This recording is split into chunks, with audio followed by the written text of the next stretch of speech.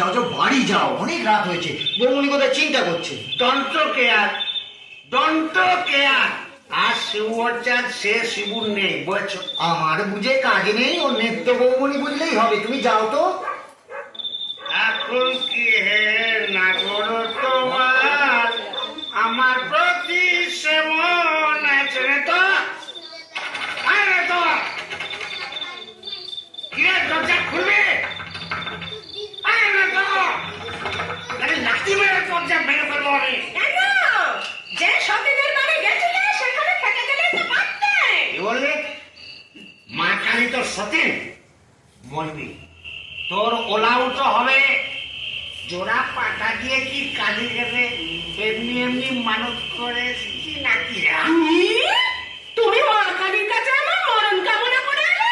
এলাম করে এলাম করে তোমার ইয়ে কি রে? এ তো বমি করছে। কিসের যেন একটা গন্ধ বেরোচ্ছে। ছি, ছি, ছি, ছি, ছি, ছি। তুমি মদ খেয়েছো?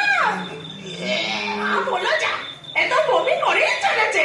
ওরে ও হারু, হলো গো বুড়িমা। এই দেখ তোর খুড়ো কেমন করছে। এ কি বলে, হে বমি করছে নাকি?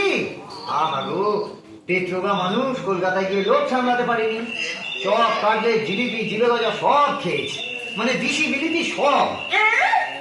বলিস কি রে? এ মরণ গেলে কি গেল নাকি? আসলে তোমার হাত থেকে ছাড়া পেয়েছে তো, তাই ছাড়া গরুর মতো সারা কলকাতা রোদের মধ্যে টোটো করে ঘুরে বেরিয়েছে। আর মা কালীর কাছে আমার মরণ কামনা করে আছে। এই বলে দিলাম, আমি যদি সতী লক্ষ্মী হই, তোর মা কালী তোকে উল্টা ভাল লাগাবে। আমার বদলে ওই দেখ রাতে তুলে নেবেন। আহ বুড়ি,